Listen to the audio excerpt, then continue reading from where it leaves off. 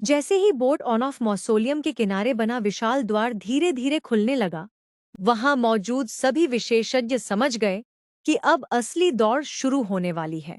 Luo Feng, डियरबग master, divine I clan, skeleton clan और first ancestral God school के सभी विशेषज्ञ तुरंत अपने पैलेस टाइप ट्रू ट्रेजर्स की गति बढ़ाकर अधिकतम स्तर पर ले गए और सीधे खुले हुए प्रवेश द्वार की ओर दौड़ पड़े। सबका केवल एक ही लक्ष्य था, सबसे पहले भीतर पहुंचकर बोट ऑफ मौसोलियम का नियंत्रण अपने हाथ में लेना। लेकिन जैसे ही सभी आगे बढ़े, बाकी सभी विशेषज्ञों ने बिना किसी योजना के एक ही लक्ष्य चुन लिया, डियर बग मास्टर। सब जानते थे कि वही सबसे शक्तिशाली था और बोट ऑफ मौसोलियम के बारे में सबसे अधिक जानकारी भी उसी के पास थी। यदि उसे नहीं रोका गया तो बोट उसके हाथ लगना लगभग निश्चित था। इसलिए फर्स्ट एंसेस्ट्रल गॉड स्कूल के एक विशेषज्ञ ने सबसे पहले उस पर एक विशाल स्वर्णिम ब्लेड से हमला कर दिया। उसी समय रंग बिरंगी तितलियों से बना शक्तिशाली illusion attack, divine I clan के हमले और स्केलेटन क्लैन की भयंकर तकनीकें भी एक साथ उसी पर टूट पड़ीं। सबसे हैरानी की बात यह थी कि किसी ने भी लुओ फेंग पर हमला नहीं किया। सभी की नजर में असली खतरा केवल डियरबग मास्टर ही था। इतने सारे हमले अपनी ओर आते देखकर डियरबग मास्टर ने बिना एक पल गंवाए अपना सुप्रीम ट्रू ट्रेजर डियरबग गॉडली आर्मर सक्रिय कर दिया। अगले ही क्षण उसका शरीर एक भयावह डियरबग बीस्ट में बदल गया। उसका पूरा शरीर काली चमकदार स्केल्स से ढक गया। उसके शरीर का हर हिस्सा एक घातक हथियार बन चुका था और उसकी लंबी जहरीली पूंछ हजारों भागों में विभाजित हो गई। केवल उसका हिरण जैसा सिर पहले जैसा दिखाई दे रहा था। उसने जोरदार गर्जना की। उस गर्जना से निकली ध्वनि तरंगों ने आसपास के अंतरिक्ष को हिला दिया और divine I clan, skeleton clan तथा फर्स्ट एंसेस्ट्रल गॉड स्कूल के सभी हमले उसी क्षण टूटकर बिखर गए। यह दृश्य देखकर लुओ फेंग भी भीतर ही भीतर चौंक गया। अब उसे एहसास हुआ कि डियरबग मास्टर की वास्तविक शक्ति उसकी कल्पना से भी कहीं अधिक भयानक थी। हमलों को नष्ट करने के तुरंत बाद डियरबग मास्टर ने वॉइस ट्रांसमिशन भेजा, मेरे पीछे रहना। लुओ फेंग बिना कुछ कहे उसके पीछे उड़ने लगा। इसी दौरान डिवाइन आई क्लैन और बाकी विशेषज्ञों ने भी लुओ फेंग को संदेश भेजा। उन्होंने कहा कि वह डियरबग मास्टर को रोकने में उनकी सहायता करे, क्योंकि यदि वह सबसे पहले बोट के भीतर पहुंच गया तो किसी और के पास उसे प्राप्त करने का अवसर नहीं बचेगा। लेकिन लुओ फेंग ने उनकी बात पूरी तरह अनसुनी कर दी। उसने शांत स्वर में केवल इतना कहा, अगर हिम्मत है तो मुझ पर हमला करके देखो। इसके बाद सभी विशेषज्ञ फिर से डियरबग मास्टर पर ही टूट पड़े, क्योंकि उनके लिए वही सबसे बड़ा खतरा था। लगातार हमलों की वजह से डियरबग मास्टर की गति धीरे धीरे कम होने लगी। इसी अवसर का लाभ उठाकर लुओ फेंग अपनी स्टार टॉवर के साथ उससे आगे निकल गया और सबसे पहले बोट ऑफ मौसोलियम के खुले हुए प्रवेश द्वार के भीतर प्रवेश कर गया। उसके तुरंत बाद डियरबग मास्टर भी भीतर पहुंच गया, जबकि उसके पीछे पीछे divine I clan, skeleton clan और फर्स्ट एंसेस्ट्रल गॉड स्कूल के सभी विशेषज्ञ भी एक साथ अंदर घुस गए। बोट के भीतर का दृश्य देखकर सभी एक पल के लिए रुक गए। अंदर न कोई खजाना दिखाई दे रहा था और न ही कोई शत्रु। उनके सामने लगभग 100 मिलियन किलोमीटर व्यास वाला एक विशाल हॉल था। पूरा फर्श बिल्कुल चिकना था और हॉल के चारों ओर अनगिनत रास्ते अलग अलग दिशाओं में जा रहे थे। ये देखकर लुओ फेंग उलझन में पड़ गया। यदि उसने गलत रास्ता चुन लिया तो बोट का कोर कंट्रोल किसी और के हाथ लग सकता था। उसी समय डियरबग मास्टर ने फिर आवाज लगाई, मिल्की वे, मेरे पीछे आओ। लुओ फेंग ने बिना देर किए उसका पीछा करना शुरू कर दिया। डिवाइन आई क्लैन के शैडो डस्ट मास्टर और sorcerer sprite master, skeleton clan के जिटरी सी मास्टर तथा फर्स्ट एंसेस्ट्रल गॉड स्कूल के ल्यू ज्यू मास्टर भी डियरबग मास्टर के पीछे दौड़ पड़े।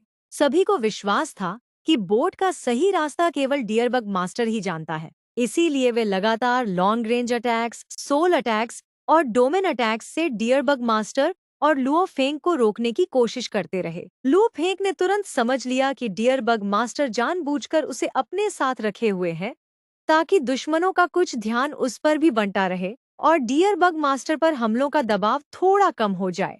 लेकिन लुओ फेंग ने भी मन ही मन सोचा, यदि सभी का ध्यान डियरबग मास्टर पर ही रहेगा तो सही समय आने पर शायद वही कोर कंट्रोल सबसे पहले अपने हाथ में ले सके। दोनों एक दूसरे का उपयोग कर रहे थे। कुछ देर बाद डियर बग मास्टर अचानक एक मुड़ते हुए गलियारे की दीवार की ओर मुड़ा और अपने सींग से पूरी शक्ति के साथ प्रहार किया।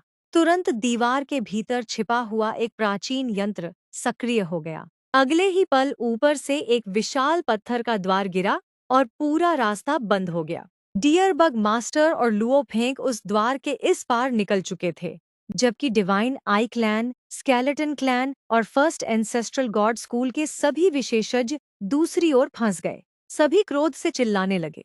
वे एक दूसरे को दोष देने लगे कि डियर बग मास्टर को रोकने के बजाय कुछ लोगों ने लुओ फेंग पर ध्यान बांट दिया, जिसकी वजह से यह अवसर हाथ से निकल गया। सॉर्सरर स्प्राइट मास्टर ने उस विशाल पत्थर के द्वार को तोड़ने की भी कोशिश की, लेकिन वह जरा भी नहीं हिला। आखिरकार सभी को मजबूर होकर दूसरा रास्ता खोजने के लिए वहां से जाना पड़ा। अब बोट के भीतर केवल डियर बग मास्टर और लुओ फेंक ही बचे थे। डियर बग मास्टर ने अपना बीस्ट रूप समाप्त किया और मुस्कुराकर सच बता दिया। उसने कहा, मैंने शुरू से ही तुम्हें अपने साथ केवल 2 कारणों से रखा था। पहला, एक दुश्मन कम हो जाए। दूसरा, बाकी दुश्मनों का ध्यान तुम्हारी तरफ भी बंटा रहे। फिर वह हल्का सा मुस्कुराया। लेकिन अब जब बाकी सभी पीछे छूट चुके हैं, तो तुम्हारी जरूरत लगभग समाप्त हो चुकी है। हालांकि उसने तुरंत यह भी जोड़ दिया, मैं फर्स्ट रीइंकार्नेशन एरा के उन पागल विशेषज्ञों जैसा नहीं हूँ। यदि मुझे यह खजाना न भी मिले, तो मुझे कोई पछतावा नहीं होगा। मेरे लिए असली आनंद खजाने पाने में नहीं, बल्कि उन्हें खोजने की यात्रा में है। लुओ फेंक उसकी बातें चुपचाप सुनता रहा, लेकिन भीतर ही भीतर पूरी तरह सतर्क हो चुका था। कुछ देर और आगे बढ़ने के बाद डियरबग मास्टर अचानक रुक गया। उसने सामने देखते हुए धीमे स्वर में कहा, मेरा अनुमान सही था। आगे ही कोर रूम है। बोट का कोर कंट्रोल भी वहीं होगा। फिर उसने लुओ फेंक की ओर देखा और शांत आवाज में बोला, अब देखते हैं कि हम दोनों में वास्तव में अधिक योग्य कौन है। कोर कंट्रोल का असली मालिक कौन बनेगा और कौन केवल इनहेरिटेंस पाएगा या फिर यहीं अपनी जान गंवा देगा। इतना कहकर दोनों बिना कुछ और बोले बोट ऑफ मौसोलियम के सबसे बड़े रहस्य की ओर बढ़ने लगे। डियरबग मास्टर के पीछे पीछे चलते हुए लुओ फेंक आखिरकार एक बहुत ही भव्य और शाही द्वार के सामने पहुंचा। वह द्वार सोने और सियान रंग की सुंदर नक्काशियों से बना हुआ था। उसे देखते ही ऐसा लगता था कि उसके पीछे कोई अत्यंत महान और उच्च स्तर का स्थान मौजूद है। दोनों ने बिना किसी झिझक के उस विशाल द्वार को एक साथ धक्का दिया। जोरदार गर्जना के साथ वह धीरे धीरे खुला और दोनों एक विशाल तथा भव्य हॉल के भीतर प्रवेश कर गए। अंदर पहुंचते ही डियरबग मास्टर समझ गया कि यही बोट ऑफ मौसोलियम का कंट्रोल रूम है। हॉल के भीतर चारों ओर दुर्लभ सजावट, अनमोल आभूषण और प्राचीन वस्तुएं रखी हुई थीं। लेकिन लुओ फेंग को बिल्कुल भी पता नहीं था कि इनमें से कोर कंट्रोल कौन सी वस्तु है। इसलिए उसने बिना एक पल गंवाए अपनी विशाल डिवाइन पावर पूरे हॉल में फैला दी। उसकी योजना बिल्कुल सरल थी। जो भी वस्तु असली कोर कंट्रोल होगी, वह उस पर अपनी लाइफ इम्प्रिंट छोड़कर उसे तुरंत पहचानने की कोशिश करेगा। यह देखकर डियरबग मास्टर जोर से हंस पड़ा। उसने कहा, बोट ऑफ मौसोलियम को नियंत्रित करना इतना आसान नहीं है। इसका असली तरीका केवल कोर कंट्रोल को ढूंढना है। केवल लाइफ इम्प्रिंट छोड़ देने से कुछ भी नहीं होगा। फिर उसने सच बता दिया। उसने कहा कि उसने शुरू से ही लुओ फेंक को अपने साथ केवल इसलिए रखा था ताकि एक दुश्मन कम हो जाए और बाकी दुश्मनों का ध्यान भी बंटा रहे। इसके अलावा एक और कारण भी था।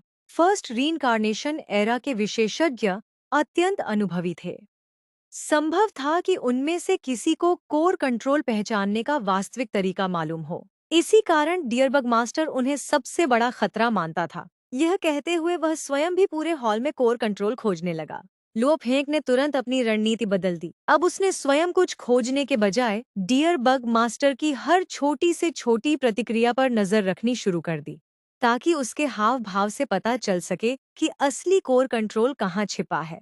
कुछ ही देर में डियरबग मास्टर पूरे हॉल का 2 बार सावधानी से निरीक्षण कर चुका था, लेकिन उसे कहीं भी कोर कंट्रोल नहीं मिला। धीरे धीरे उसके चेहरे से आत्मविश्वास गायब हो गया और उसकी जगह हैरानी तथा क्रोध ने ले ली। वह बार बार बड़बड़ाने लगा, यह असंभव है, बिल्कुल असंभव। कंट्रोल रूम के भीतर कोर कंट्रोल का न होना उसके वर्षों के अनुभव के बिल्कुल विपरीत था। लुओ फेंग ने शांत स्वर में कहा, हो सकता है इस बार बोट ऑफ मोसोलियम बाकी नौकाओं जैसी न हो। शायद इसका कोर कंट्रोल किसी दूसरी जगह छिपा हो। डियरबग मास्टर ने तुरंत सिर हिलाकर उत्तर दिया, प्राचीन सभ्यता का नियम हमेशा एक ही रहा है। बोट का मालिक इसी कंट्रोल रूम में रहता था और कोर कंट्रोल भी हमेशा यहीं होता था। इसलिए मैं मान ही नहीं सकता कि यहाँ कुछ भी नहीं है। इसी समय अचानक हॉल के बाहर से जोरदार आवाज सुनाई दी। अगले ही क्षण shadow dust master, sorcerer sprite master, जिट्री सी मास्टर और लियूज्यू मास्टर भी कंट्रोल रूम में आ पहुंचे। वे हंसते हुए डियरबग मास्टर का मजाक उड़ाने लगे। उन्होंने कहा, बोट के भीतर केवल एक ही रास्ता नहीं होता, दूसरे मार्गों से भी कंट्रोल रूम तक पहुंचा जा सकता है। इतना कहते ही सभी अलग अलग दिशाओं में कोर कंट्रोल खोजने लगे। सॉर्सरर स्प्राइट मास्टर ने तो अपनी विशेष वेरिफिकेशन टेक्निक भी प्रयोग की। उसने असंख्य सुनहरी रक्त बूंदें पूरे हॉल की प्रत्येक वस्तु पर गिरा दी ताकि असली कोर कंट्रोल तुरंत पहचान में आ जाए। लेकिन उसकी तकनीक भी पूरी तरह असफल हो गई। अब सभी को विश्वास हो गया कि कंट्रोल रूम में वास्तव में कोई कोर कंट्रोल मौजूद ही नहीं है। जब सभी आश्चर्य में खड़े थे, तभी अचानक पूरे हॉल में एक अदृश्य दबाव फैल गया। सभी ने एक साथ सामने देखा। हॉल के सबसे ऊंचे स्थान पर एक प्राचीन सिंहासन था और उसके ऊपर धीरे धीरे एक धुंधली मानवीय आकृति प्रकट होने लगी। कुछ ही क्षणों बाद वह पूरी तरह स्पष्ट दिखाई देने लगी। उसका शरीर बिल्कुल सामान्य मनुष्य जैसा था। 2 आंखें, 2 हाथ, 2 पैर और पीले रंग की त्वचा। केवल उसके बाल गहरे सियान रंग के थे। उसने शांत स्वर में सबकी ओर देखते हुए अपना परिचय दिया। मेरा नाम है दुआनडोंग रिवरवू।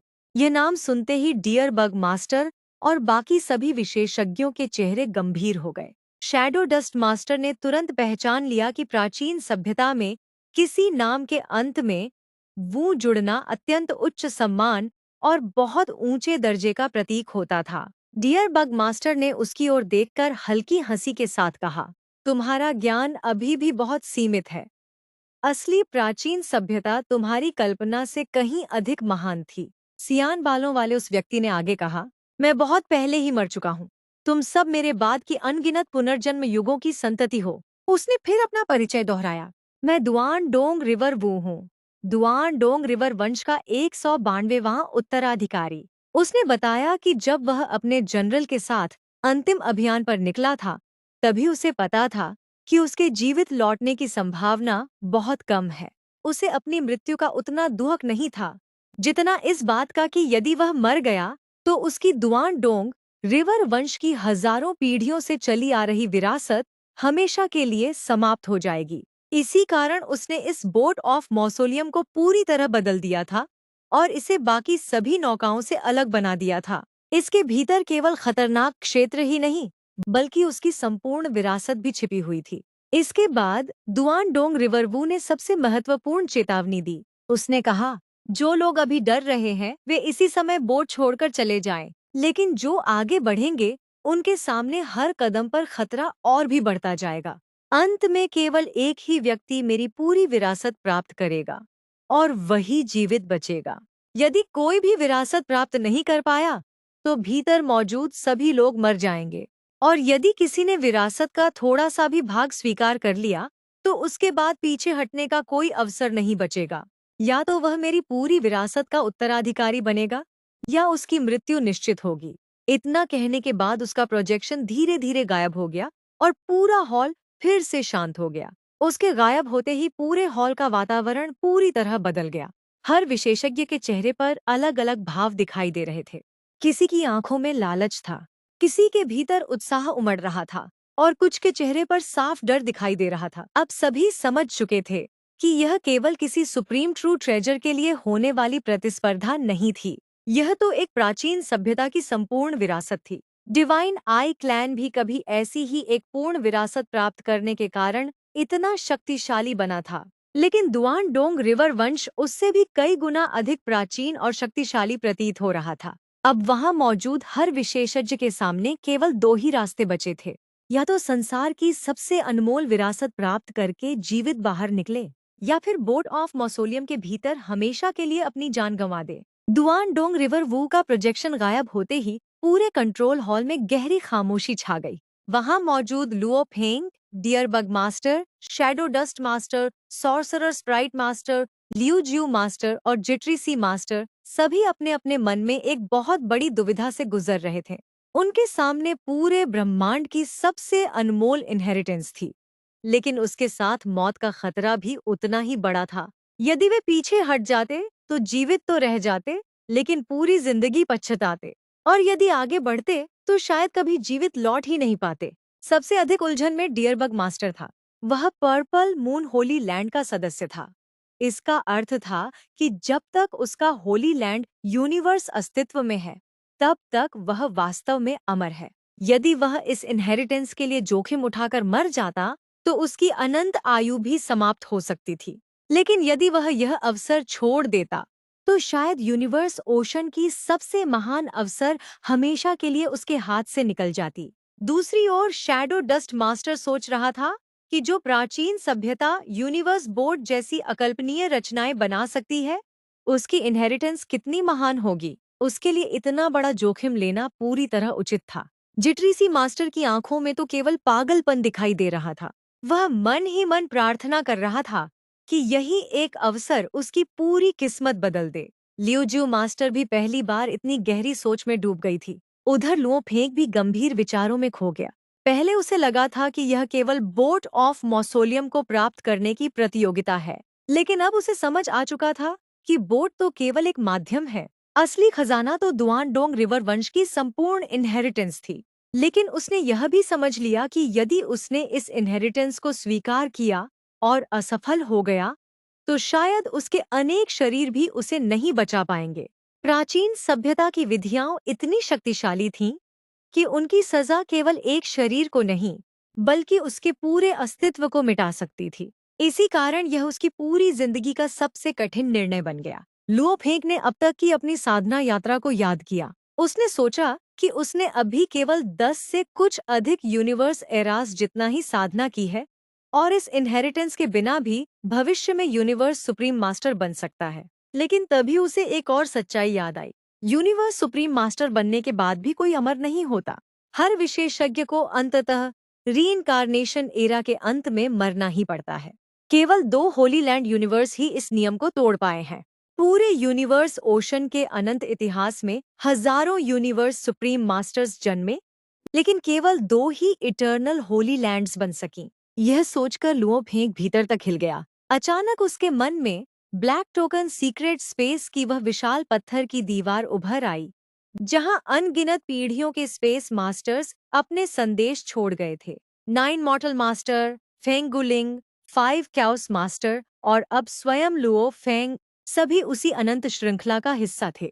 इतनी असंख्य पीढ़ियों के बाद भी कोई भी सच्ची अनंत आयु प्राप्त नहीं कर पाया। उसी क्षण लुओ फेंग को एहसास हुआ कि यदि वास्तव में किसी चीज में शाश्वत जीवन तक पहुंचने की संभावना है, तो वह केवल दुआनडोंग रिवर जैसी सर्वोच्च इनहेरिटेंस ही हो सकती है। यह केवल कोई खजाना नहीं था, यह तो यूनिवर्स सुप्रीम मास्टर से भी कहीं ऊंचे स्तर की साधना का मार्ग दिखाने वाली विरासत थी। यही विचार धीरे धीरे उसके मन का भय समाप्त करने लगा। इसी बीच और भी विशेषज्ञ अपने पैलेस टाइप ट्रू ट्रेजर्स से बाहर आ गए। Golden square master, red lark master और रॉक जायंट मास्टर भी हॉल में पहुंच गए। अब वहां कुल मिलाकर 9 विशेषज्ञ उपस्थित थे। डिवाइन आई क्लैन के 3 सदस्य, स्केलेटन क्लैन के 2 सदस्य, फर्स्ट एंसेस्ट्रल गॉड स्कूल के 2 सदस्य, डियर बग मास्टर और Luo Feng. Dear bug master ने शांत स्वर में सबको याद दिलाया कि यह इनहेरिटेंस किसी भी होली लैंड की सामान्य इनहेरिटेंस से कई गुना अधिक मूल्यवान है। लेकिन उसने यह भी कहा कि दुआनडोंग रिवर की चेतावनियों को हल्के में लेना सबसे बड़ी मूर्खता होगी। इसलिए प्रत्येक व्यक्ति को अपनी जिंदगी और इस अवसर के बीच स्वयं निर्णय लेना होगा। तभी दुआनडोंग रिवर वू का प्रोजेक्शन एक बार फिर सिंहासन पर प्रकट हुआ। उसने सबकी ओर देखकर पूछा, क्या तुम सब अपना निर्णय कर चुके हो? अगले ही पल उसने जमीन की ओर संकेत किया। पूरा फर्श कांपने लगा। एक विशाल गोल पत्थर का मंच धीरे धीरे ऊपर उठा और उसके नीचे एक गहरा गहरा लाल मार्ग दिखाई देने लगा। दुआनडोंग रिवर ने कहा कि जो लोग इनहेरिटेंस प्राप्त करना चाहते हैं, उन्हें इसी रास्ते से नीचे जाना होगा। वहां उनका एक एक करके परीक्षण लिया जाएगा और धीरे धीरे उनका संपर्क वास्तविक इनहेरिटेंस से होगा। लेकिन जिस क्षण कोई इनहेरिटेंस को स्वीकार करना शुरू करेगा, उसी क्षण से उसकी जिंदगी और मृत्यु की वास्तविक परीक्षा आरंभ हो जाएगी। यदि वह पूरी इनहेरिटेंस स्वीकार कर लेगा तो जीवित बचेगा, लेकिन यदि उसने आधी इनहेरिटेंस लेकर असफलता पाई तो उसकी मृत्यु निश्चित होगी। हाँ, जो लोग अभी भी डरकर लौटना चाहते हैं, उनके लिए द्वार अभी भी खुला है। इतना कहकर दुआन डोंग रिवर का प्रोजेक्शन फिर से धूल की तरह बिखर गया। उसके गायब होते ही सबसे पहले रेड लार्क मास्टर ने निर्णय लिया। उसने कहा, फर्स्ट रीइंकार्नेशन एरा वैसे भी अपने अंत के निकट है। यदि मैं सफल हो गया तो शायद मेरी स्केलेटन क्लैन भी तीसरी होली लैंड यूनिवर्स बन सके। इतना कहकर वह बिना किसी झिझक के उस गहरे लाल मार्ग में कूद गया। उसके तुरंत बाद लियू जियो मास्टर भी मुस्कुराते हुए नीचे उतर गई। उसका वफादार साथी रॉक जायंट मास्टर बिना एक पल सोचे उसके पीछे चल पड़ा। फिर शैडो डस्ट मास्टर और सॉर्सरर स्प्राइट मास्टर ने एक दूसरे की ओर देखा, मुस्कुराए और साथ साथ उस मार्ग में उतर गए। अंत में गोल्डन स्क्वायर मास्टर जोर से हंसते हुए बोला, मृत्यु तो एक दिन आनी ही है, ऐसे अवसर को मैं कभी नहीं छोड़ूंगा। और वह भी नीचे चला गया। कुछ ही क्षणों में फर्स्ट रीइंकार्नेशन एरा के सभी विशेषज्ञ अपना निर्णय ले चुके थे। अब पूरे हॉल में केवल डियरबग मास्टर और लो फेंक ही बचे थे। डियरबग मास्टर मुस्कुराया और बोला, मेरी पूरी जिंदगी खतरनाक रोमांचों में ही बीती है। यदि इतनी महान इनहेरिटेंस छोड़ दूं तो जीवन भर पछताऊंगा। इसलिए चाहे मृत्यु ही क्यों न हो, मैं यह जोखिम अवश्य लूंगा। इतना कहकर वह भी प्रकाश की एक किरण बनकर उस गहरे लाल मार्ग में उतर गया। अब पूरे हॉल में केवल लुओ फेंक अकेला खड़ा था। कुछ देर तक वह चुपचाप सोचता रहा। उसने स्टार टॉवर, मानव जाति और अपनी सभी जिम्मेदारियों के बारे में विचार किया। फिर उसने मन ही मन निर्णय ले लिया, यदि वह सफल हो गया तो केवल वही नहीं, बल्कि पूरी मानव जाति भी एक दिन सदा के लिए अमर बन सकती है। इसी आशा के साथ उसने स्टार टॉवर को अपने साथ रखा, अपनी सारी हिचकिचाहट छोड़ दी और पूरी गति से उस गहरे लाल मार्ग में छलांग लगा दी। अब उसकी जिंदगी का सबसे महान और सबसे खतरनाक सफर वास्तव में शुरू हो चुका था।